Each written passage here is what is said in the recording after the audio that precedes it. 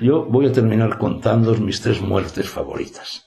Por supuesto, he practicado el yoga celular, por supuesto, he soñado, por supuesto, he intentado alcanzar con mis escritos lo sublime, por supuesto, he transgredido todos los límites posibles, he hecho todo esto, pero en ese vaivén, en esa noria de muertes, hay 3 que son mis 3 muertes favoritas. Una es la primera vez que yo tomé LSD. Fue, como os decía antes, en Roma en 1970. Uno de los personajes que aparece en la novela El Camino del Corazón, con un apodo, el Barón Siciliano, que era efectivamente un arquitecto siciliano al cual yo conocí en Bali, porque fue muy gracioso además. Yo estuve en Bali con Caterina, la madre de Ayanta, en 1968, e hice algo que no había hecho en aquel momento nunca en mi vida, que fue alquilar un coche. Porque, en primer lugar, porque no tenía mucho dinero, y en segundo, no lo había hecho nunca, y en segundo lugar, porque nosotros los hippies no hacíamos esas cosas. Pero quería visitar unos templos que estaban situados más allá de unos volcanes de la isla tal y cual, y tenía ya que ir, tenía el billete para salir de Bali, y a no sé dónde, no tenía tiempo, y entonces alquilé un coche, un cochazo negro. Entonces Caterina y yo, los 2 vestiditos de hippies allí, con nuestros pareos y nuestras tónicas y tal, íbamos metidos en el opulento coche negro que nos llevaba, y de repente había una persona haciendo autostop.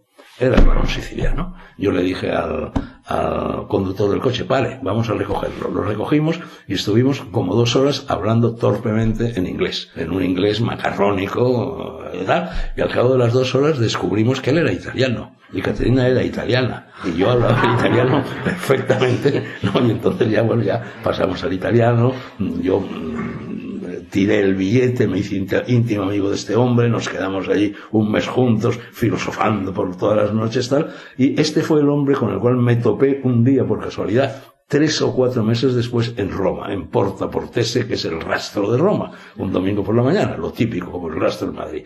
Y entonces ya reanudamos inmediatamente la amistad, y era cuando estaba empezando a llegar el ácido, en aquel momento, cuando se había producido la revolución psicodélica en Estados Unidos, Timothy Leary, todo esto, y estaba irradiando el resto de la humanidad, y entonces él fue el que me dio el primer ácido.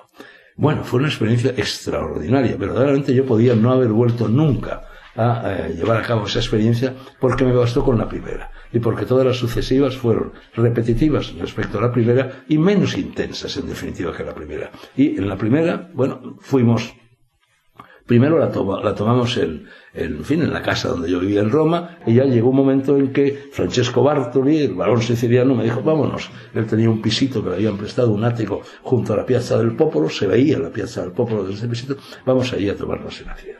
Llegamos allí, el ácido ya estaba empezando a actuar, hasta ese momento no había empezado todavía a actuar a plena potencia, y yo me senté, tenía 2 butacas de estas que eran de polivinilo o algo así, que eran amorfas, ¿no? Que te sentabas sobre ellas y adquiría la forma anatómica de tu cuerpo, y enfrente, en la pared de enfrente, había un mapa un plano de Ámsterdam, grande, un póster que ocupaba toda la pared. Bueno, yo empecé a mirar aquel mapa, y bueno, de repente aquello empezó a convertirse, es decir, hubo una metamorfosis que pasó por todas las posibilidades de la morfología de la materia, hasta que el mapa se convirtió en una araña gigantesca, peluda, enorme, que salió de la pared y vino hacia mí, pom, pom, pom, pom, pom, y yo dije, muy bien, bueno, qué cosa más curiosa, una araña. La araña se me subió encima, me metió una trompa peluda que tenía por la boca y se desvaneció.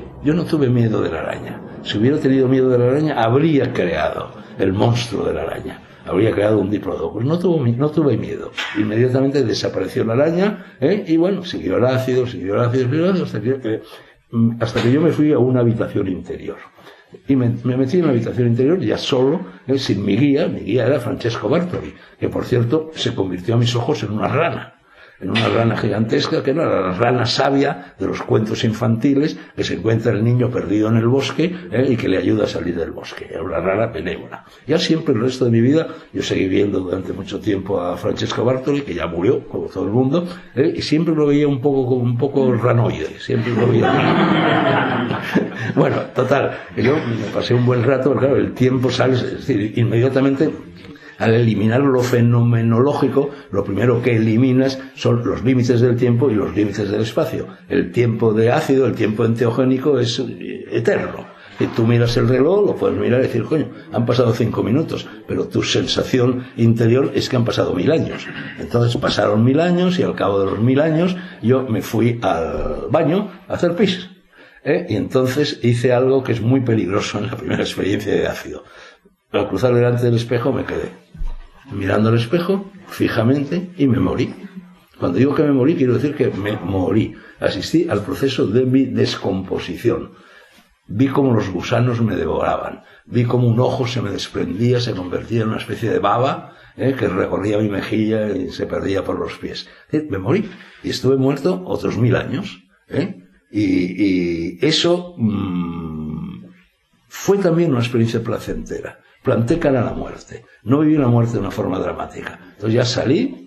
Me fui a una habitacioncita donde había un camastro, me tumbé en el camastro y allí pasé por toda la evolución de la zoología y de la botánica. Fui toda clase de plantas, fui toda clase de animales. Fui un árbol que estaba a orillas de un río y el árbol se convertía en un cocodrilo y el cocodrilo se convertía en un rinoceronte y el rinoceronte se convertía en un diplodocus y así hasta que en un determinado momento me asusté. Jugué tanto con aquellas cosas, le planté, hasta tal punto le planté cara que me asusté y ¡zas! Llegó el mal viaje. Y entonces salí de aquella habitación y la rana, Francesco Bartoli, en cuanto me vio salir ya, se dio cuenta de que había llegado el mal viaje. Entonces le dijo, siéntate ahí, en fin, me atendió, me explicó, me guió, me consoló. No fue gravísimo, pero ya, bueno, ya el ácido siguió su curso. Bueno, aquello, en primer lugar, me morí. Fue una experiencia de muerte. Naturalmente vosotros podéis pensar que estoy loco, que fue una alucinación, que fue una visión. No lo fue, no fue una alucinación, fue una experiencia real. Estuve muerto y volví del mundo de los muertos. Si me creéis, bien. Si no me creéis, también. Es asunto vuestro. Pero lo que uno vive en esas experiencias de enteogenia tiene una certidumbre absoluta. Uno no duda de que lo ha visto. Y no solo no duda de que lo ha visto, él sabe que lo que ha visto es, y no va a perder el tiempo discutiéndolo con los demás, y al mismo tiempo nunca lo olvida. La memoria permanece. Uno lo recuerda siempre. Bueno, esa fue mi primera experiencia de muerte enteogénica, más rica de lo que lo estoy contando, por supuesto. La segunda vez que me morí, bueno, fue en 1974, 4 años después, en Senegal. En un lugar de Senegal, yo me había ido a trabajar allí, profesor en la universidad, y era cuando estaba escribiendo Gárgoles y Avidis, y era cuando estaba escribiendo El viaje a la tierra de los muertos, que ocupa prácticamente un volumen entero de aquella obra, que era el Camino de Santiago, la parte dedicada al Camino de Santiago. Y estaba yo, pues hombre, muy obsesionado con todo aquello. Y llegaron las Navidades, tenía 15 días de vacaciones en la universidad, tenía un Land Rover, y me fui, como no, con mi novia de entonces, Pilar, a una playa completamente abandonada, que estaba a unos 150 kilómetros de Dakar, a acampar allí en la playa entera para nosotros, kilómetros y kilómetros de playa, con el Land Rover, acampar allí. Yo seguía investigando, escribiendo, en fin, leyendo la documentación a propósito del Camino de Santiago, obsesionado por la visita a la tierra de los muertos, el Hades, los ritos eleusinos, lo tónico, etc. Y decidí tomarme un ácido. Y esta playa terminaba en un determinado lugar y allí empezaba una marisma, recorrida por una pasarela de madera, como la que conducía a Eleusis, donde eran increpados, injuriados, insultados los adeptos. Y esa pasarela larga, tendría, no sé, 400 metros o así, de madera, que cuando caminaba sobre ella, pues crujía, ¿no? Estaba anclada en la marisma, era una marisma de agua salada, claro, era el mar que entraba, y terminaba en una islita pequeña, hecha de conchas, que era donde había nacido, esto era una curiosidad, el presidente Leopold Senghor, que era el presidente del país en aquellos momentos, que era un poeta muy conocido. Y era una isla habitada por negros.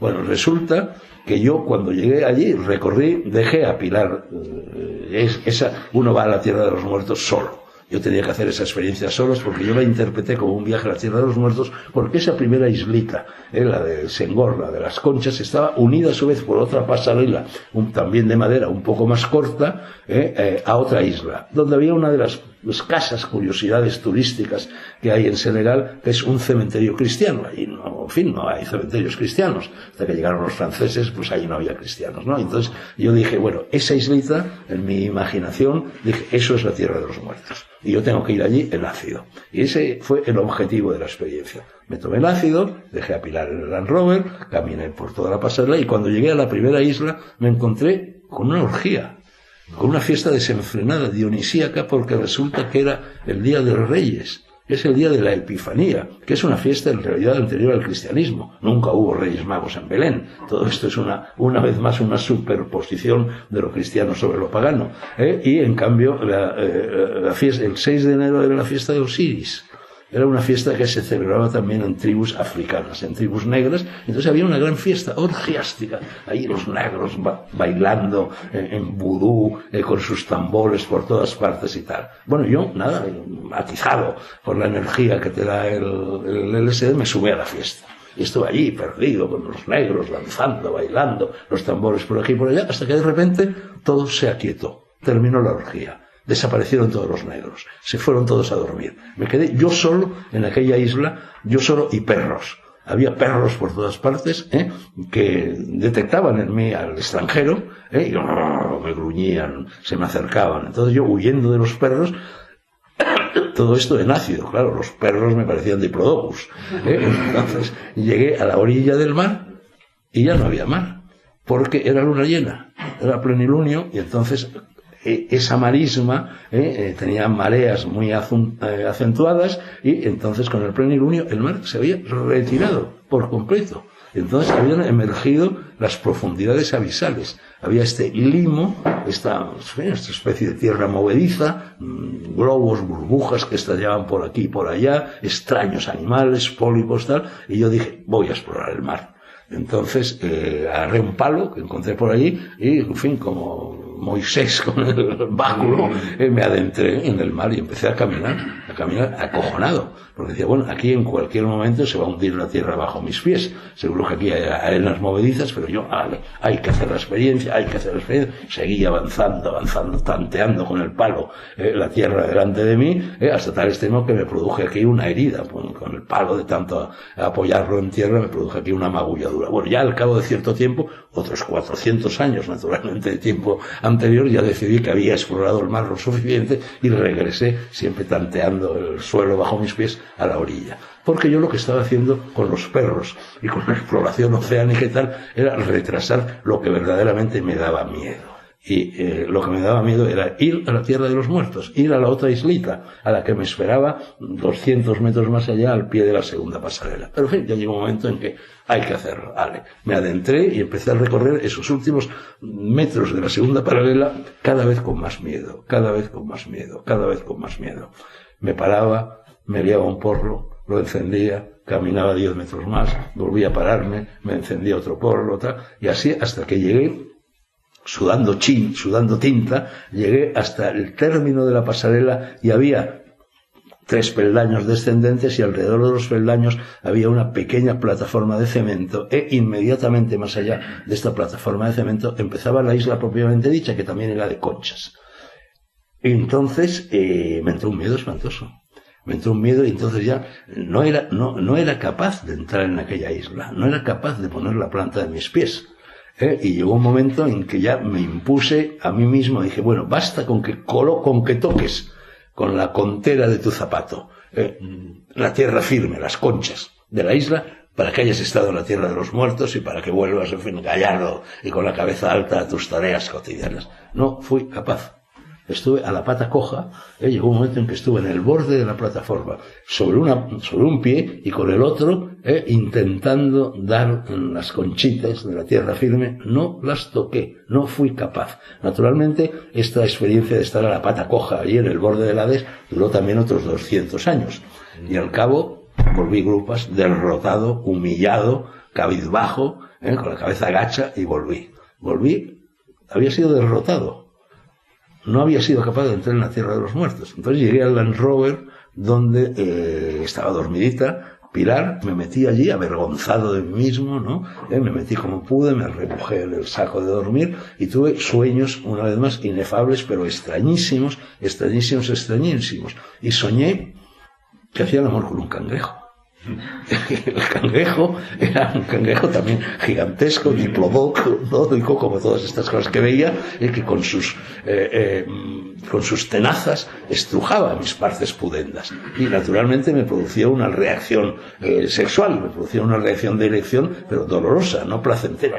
Me trituraba con sus patas todo aquello y tal y cual. En fin, supongo que eyaculé, no lo recuerdo muy bien, ya todo es muy confuso, tal. Ya llegó un momento en que me dormí y por la mañana, cuando me desperté, tenía yo papelitos, documentos preparados fuera del Land Rover, que eran aquellos documentos en los que estaba investigando para escribir la visita a la Tierra de los Muertos, que era el Camino de Santiago. Y lo primero que hice fue abrir un artículo que venía en una revista de Jung, donde Jung decía que interpretaba los sueños con cangrejos y decía que eran sueños que representaban la sexualidad preuterina, anterior al momento de la concepción.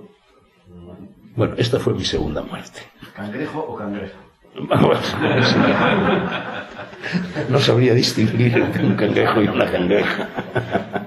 Bueno, la tercera muerte ya... ¿Qué hora es? Las 11. Bueno. La tercera muerte, naturalmente, es cuando en 2004 me operaron, me pusieron 3 bypasses en el corazón. Fue una experiencia extraordinaria.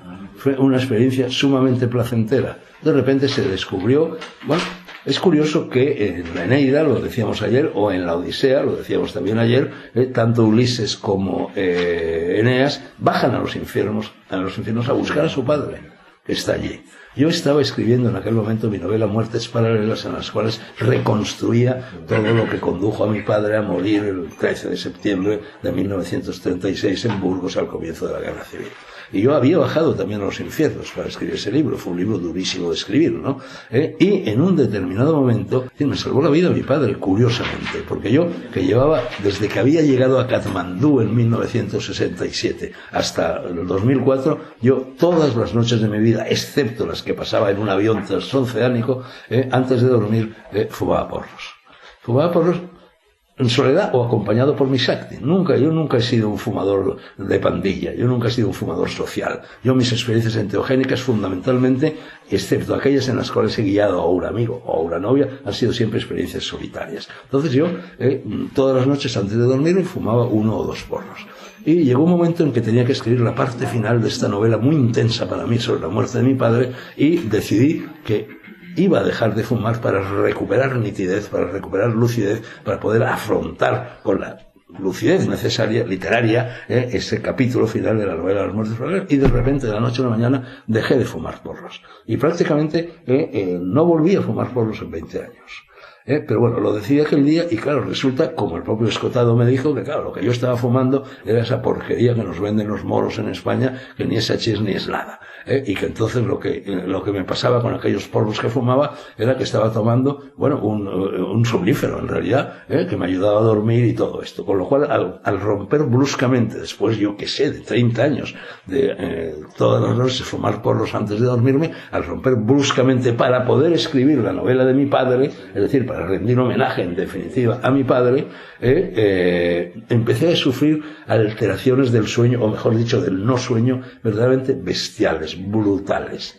Y eso en un determinado momento me condujo a ir a un médico del sueño, de estos que te meten en una clínica del sueño, te ponen electrodos, que si la fase REM, que si patatín, que si patatal y tal y cual, para que me resolviera los problemas que me había inducido la brusca ruptura con la costumbre de fumar hachís, motivada por mi padre. Bueno, y este médico dijo, notó algo raro, le dijo, vamos a hacerte un chequeo reglado. En el chequeo reglado se descubrió que yo estaba a punto de morir, que yo tenía las 2 arterias principales que riegan el corazón, una obstruida al 93% y la otra al 75%. Estaba literalmente al borde de la muerte, de tal manera que me metieron me operaron de urgencia. Sí, yo al principio entré en el Ruber para que me hicieran un cateterismo, me lo hicieron, por cierto, hice algo que luego supe que no había que hacer nunca, se me ocurrió, para ganarme a los cirujanos, les llevé a cada uno de ellos un ejemplar de mi novela El Camino del Corazón, y yo me di cuenta de que lo recibieron, pues, sí, agradeciéndolo y estas cosas, en fin, pero un poco reacios. Luego, cuando ya salió, todo aquello terminó bien, me dijo que en los quirófanos se considera de muy mala suerte para el que va a ser operado que haga un regalo, no sé, que lo que sea, al médico que lo va a operar antes de operarlo, o sea, se lo tiene que hacer después. Pero bueno, el caso es que me subieron, no se me pudo hacer el cateterismo porque las dos obliteraciones de las arterias estaban en un lugar que no permitían poner el cateterismo, y aparecieron delante de mí en la habitacioncita del Ruber donde estaba los 3 cirujanos del equipo de cirujanos cardiológicos, como las 3 moiras, igual, con la cara hasta los pies, se colocaron delante de mí, me explicaron que no me podían operar, que no me podían hacer el cateterismo, que había que operarme, que había que ponerme bypasses, y esto era, pues no sé, el 20 de diciembre, digamos, se echaban encima las fiestas de Navidad, y entonces el jefe de los cirujanos, que era Rufi Lanchas, me dijo, bueno, mira, si quieres, esperamos a después de Reyes. Porque ahora, con los turnos de descanso de las Navidades, de las vacaciones y tal, ya, si no te operamos mañana, ya no te podemos operar hasta después de Reyes. Y si tú fueras mi padre, me dijo Rufi Lanchas, te diría, papá, opérate mañana. Ante eso, claro, digo, ¿qué haces? Pues te operas mañana, y es lo que hice. Entonces ya me bajaron a los ínferos, el quirófano está en los ínferos, es un viaje parecido, te llevan en andas, en una camilla, etcétera, te cruzas con gentes, que te desean suerte, cosas así, era un poco, pues, también como lo de Leusis, las ménades por aquí, por allá, etcétera, y ya, bueno, me operaron, ¡plaf! Anestesia, muerte total, telón, fin de la obra, y ya amanecí, a las 5 de la mañana, más o menos, ya en la UCI del Ruber, lleno de tubos, y todas estas cosas, tal. Bueno, y a partir de ahí empezó una de las experiencias más gozosas, más jubilosas de mi vida. Primero, estaba contento, no me había muerto. Bueno, naturalmente estaba sedado, estaba en un estado de conciencia alterado, todas estas cosas, pero estaba contento. Luego estaba viviendo una situación extraordinariamente parecida a las que cuenta Raymond Moody en sus libros. No es que yo viera el túnel, no es que yo viera a Papá Noel al término del túnel, nada de esto, pero estaba oscuro, estaba amaneciendo, había un difuso resplandor y al fondo había unas luces y había ángeles. Los ángeles eran las enfermeras, vestidas de blanco, como se supone que van los ángeles, ¿no? Y solícitas. Yo tenía un pulsador y cualquier cosa que necesitara, entonces era más joven y todavía necesitaba cosas, ahora ya no las habría necesitado, apretaba el botoncito del pulsador y venía corriendo una enfermera. Y entonces me di cuenta, pero de verdad, 10 minutos después de emerger de la anestesia, hago así, vuelvo la cabeza a la derecha y me veo aquí el ojo de Dios en el Sinaí, un monitor de televisión que monitorizaba todas mis curvas vitales, que si la presión craneana, que si la tensión arterial, que si la saturación de oxígeno de los dedos, en fin, patatín y patatán. 6 o 7 curvas vitales muy bonitas, con unas líneas verdes que hacían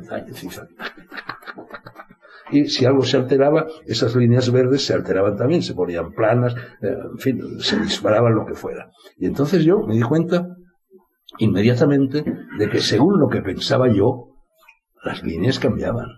Según mi estado de conciencia, las líneas cambiaban.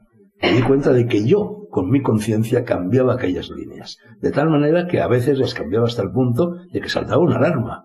Y uno de los ángeles custodios, las enfermeras, venía corriendo. ¿Qué pasa? ¿Qué pasa? Y yo decía, no se preocupe, se lo he cambiado yo, ahora se lo pongo bien. Y se lo ponía bien. La enfermera flipaba, de verdad. Y entonces descubrí una cosa extraordinaria, y con esto ya voy a terminar esta intervención, que es lo que se llama neurobiofeedback. Aprendí a manejar las ondas mentales. ¿Qué es lo que hay que aprender a manejar para morirse? Porque morirse va descendiendo la actividad eléctrica del cerebro, que se mide en hercios, que se mide en ciclos por segundo. De tal manera que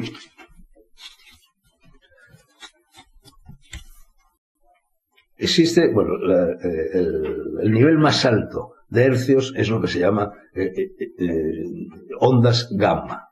Bueno, que eso es cuando estamos alterados, en plena orgía, en fin, no sirven para nada porque en ese momento estamos con la conciencia ofuscada y obnubilada. Tenemos muchísimos hercios por segundo. Pero a partir de ahí empiezan ya, digamos, las ondas cerebrales más o menos normales. La primera es esa en la que ahora estamos todos, que es lo que se llama estado beta. Que son las ondas, es cuando estamos entre 26 hercios y 13. Mientras los ciclos de hercios eléctricos por segundo en nuestro cerebro se mantienen entre 13 y 26, es lo que se llama estado de atención, que es en lo que estamos nosotros en este momento, excepto las personas que se hayan quedado adormiladas por el rum y el sonsonete de mi charla. Esas personas, las que se han quedado adormiladas, en cambio entran en lo que se llama estado alfa.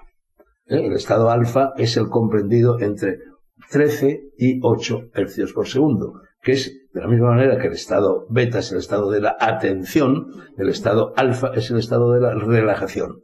No solamente caemos en ese estado de relajación cuando la charla de un conferenciante nos aburre, sino que también caemos cuando nos tumbamos en un sofá, cuando nos ponemos a ver el telediario después de comer y más o menos la siesta desciende sobre nosotros, cuando ponemos una sinfonía de Beethoven arrellanados en una butaca, dulcemente lo vamos escuchando, bueno, caemos en ese estado que es el estado de la relajación, estado alfa.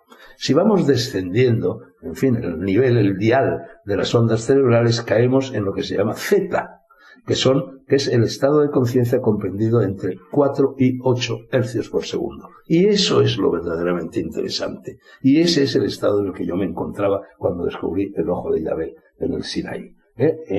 Porque ese es el estado de la ensoñación.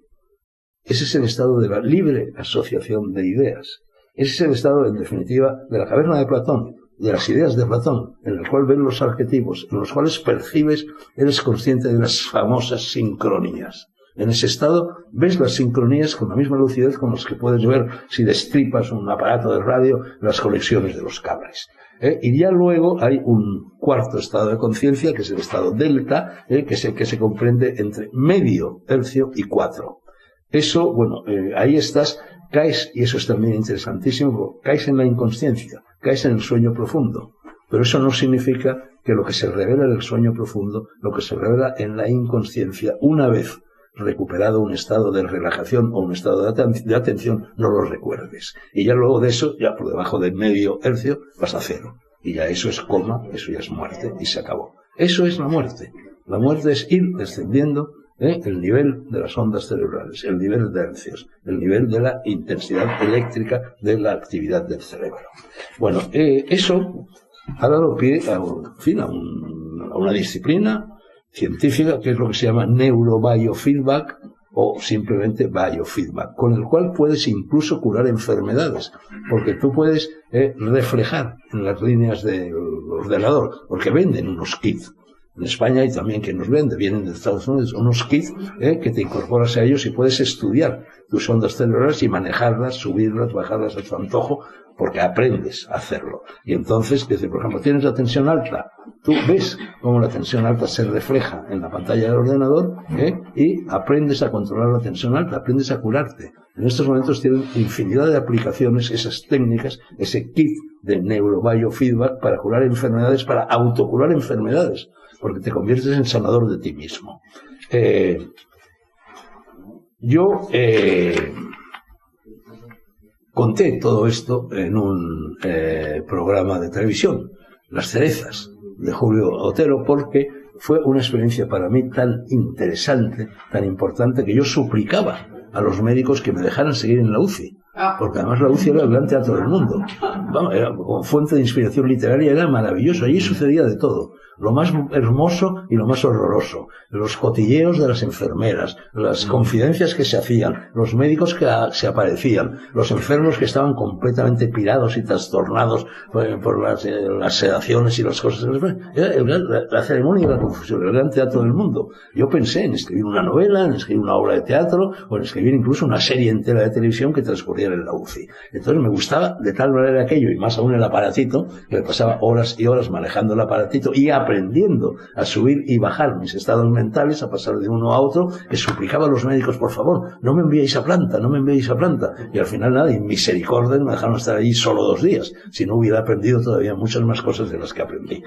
Pero conté todo, bueno, escribí un libro entero que se llama Kokoro, a vida o muerte, que es una conversación, cómo no, de Dragó con su ángel de la guarda. Yo al ángel de la guarda le puse el nombre, porque yo había creado un personaje, en fin, un alter ego literario al que puse el nombre que uno elige. En la India, por ejemplo, al menos antes, ahora ya no lo sé, cuando nace un niño se le pone un nombre provisional, porque ya decían los latinos, nomen est hominem, el nombre es el destino, el nombre es ominoso, el nombre amenaza, el nombre marca tu vida y por lo tanto hay que esperar a que una persona pueda escoger su nombre y no imponérselo. De tal manera que en la India no te ponen un nombre para andar por casa, pero ya cuando tienes 6, 7, 8 años, ya descubres más o menos quién eres y decides tú cómo te llamas. Bueno, pues yo naturalmente había decidido que mi nombre es Dionisio, versión fonetizada en castellano de Dioniso, en fin, el de los misterios. Entonces, a mi ángel de la guarda, personaje literario que también creé, le puse ese mismo nombre, pero leído del revés, Oisinoid. Entonces el libro Kokoro es una conversación sobre la vida y la muerte entre mi ángel de la guarda, Oisinoid, y Dragó, que soy yo. Bueno, yo todo esto, ese libro, me llevó Julia Otero al programa de televisión que hacía en aquel momento, era Las Cerezas. Supongo que algunos lo recordáis, y entonces conté esto del biofeedback, del neurobiofeedback, etcétera. Entonces empecé a recibir llamadas telefónicas, comunicaciones, correos, etcétera. Y, por ejemplo, me enteré de que existe el Centro Baraka o Instituto de Psicología Integral, calle de Larramendi 2, Entresuelo, Donostia, 943-456-556. Y allí se aplican las técnicas de desarrollo personal y transpersonal mediante bioneurofeedback elaboradas en los Estados Unidos por Elmer Green. ¿Quién es Elmer Green? Es el hombre que descubrió esto y es un hombre que ha escrito: el condicionamiento cultural y la educación nos han hipnotizado, inhibido y reprimido hasta tal punto que hemos acabado creyéndonos incapaces de controlar y transformar nuestros cuerpos y nuestras vidas. Nadie nos ha dicho que, si sabemos el modo adecuado de hacerlo, nuestro cuerpo responde a nuestras solicitudes. Solo cuando nos negamos a admitir esa visión limitadora de nosotros mismos, podemos romper esa servidumbre y empezar a funcionar como seres libres, capaces de influir decisivamente en el curso de nuestras vidas. Y más adelante, dice Elmer Green, se dice sobre él, el vehículo de la investigación de Green ha sido el biofeedback, una disciplina puesta a punto por él, su esposa Alice y su colega Dave Walters a comienzos de los años 60, que no tiene nada que ver con la mística ni con la subjetividad, sino que se refiere a la información fisiológica que puede proporcionarse a un sujeto en forma de luz, sonido o vibración. Leusis, luz, sonido, vibración. Y que abarca el amplio rango que va desde la tensión muscular hasta la temperatura corporal, la presión sanguínea y la actividad cerebral. De este modo, por ejemplo, es posible programar la aparición de un destello luminoso cuya variación informe al sujeto de los cambios que ocurren en su presión sanguínea, con la premisa de que al cobrar conciencia de los procesos fisiológicos internos, nos vamos al yoga de Aurobindo, ¿dónde está? Resulta posible operar sobre ellos de un modo relativamente voluntario.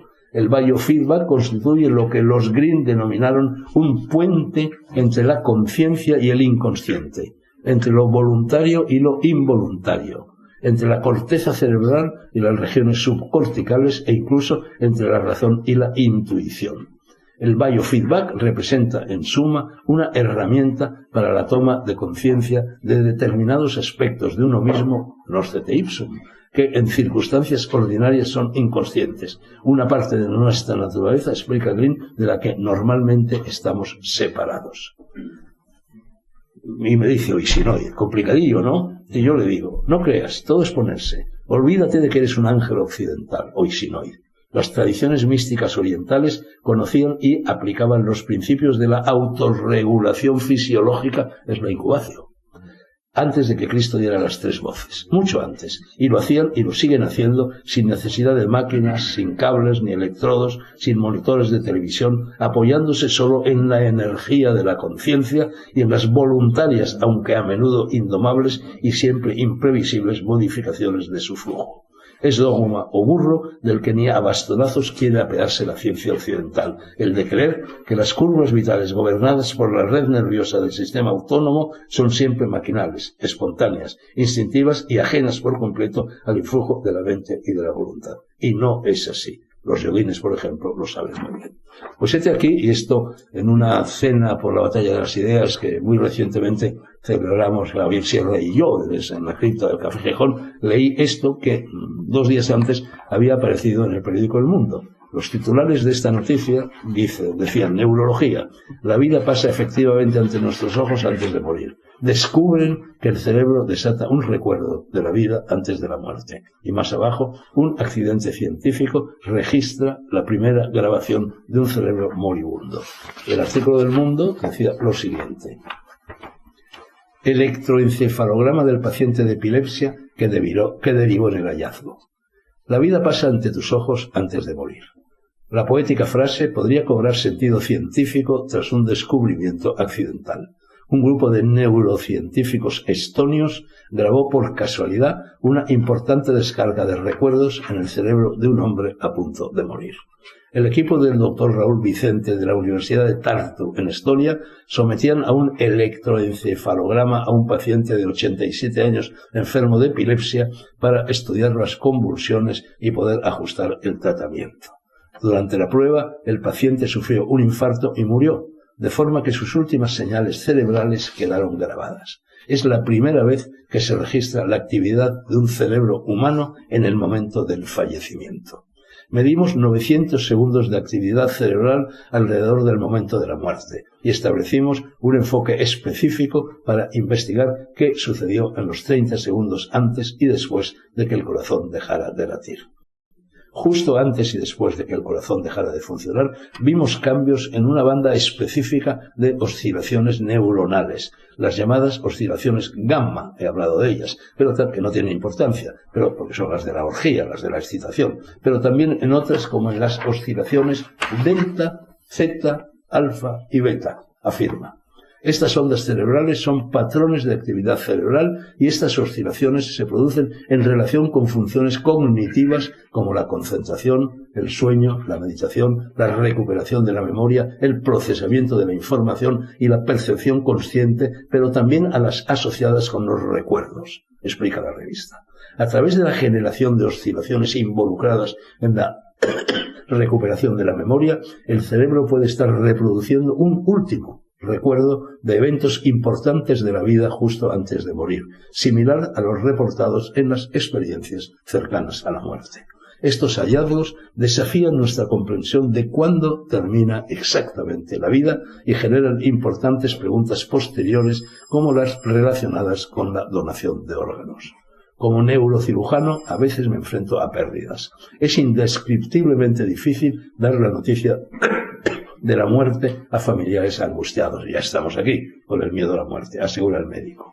Algo que podemos aprender de esta investigación es que, aunque nuestros seres queridos tienen los ojos cerrados y están listos para dejarnos descansar, sus cerebros pueden estar reproduciendo algunos de los mejores momentos que vivieron en sus vidas. Otra de mis frases favoritas, que repito continuamente, es de Krishnamurti, que decía: haz lo que temes y el temor desaparecerá. Jodorowsky cuenta en sus memorias, en un libro extraordinario que se llama La danza de la realidad, cómo en su época mexicana, cuando él inventó los happenings y todas estas cosas, bueno, él, como tantos de nosotros los de entonces, se dejó seducir por el zen, en fin, por las técnicas orientales, por la meditación, por el satori y por todas estas cosas, y se buscó un maestro. Y el maestro era el maestro Tanaka, un japonés de vasta reputación que vivía en un pequeño ashram aledaños de la ciudad del Distrito Federal, de Ciudad de México. Y entonces, esto lo cuenta Jodorowsky en ese libro, allá que se fue, para que el maestro le pasara la sabiduría. Entonces llegó Jodorowsky y estuvo ahí, dale que te pego, hablando con el maestro, cosiendo a preguntas y a preguntas y a preguntas. Y el maestro impertérrito, rostro inexpresivo, sin decir absolutamente nada. Lo escuchó durante varias horas y ya cuando terminó, y ahí termina el relato de Jodorowsky, Tanaka lo miró y le dijo, airado, le dijo, intelectual, aprende a morir. Ya está.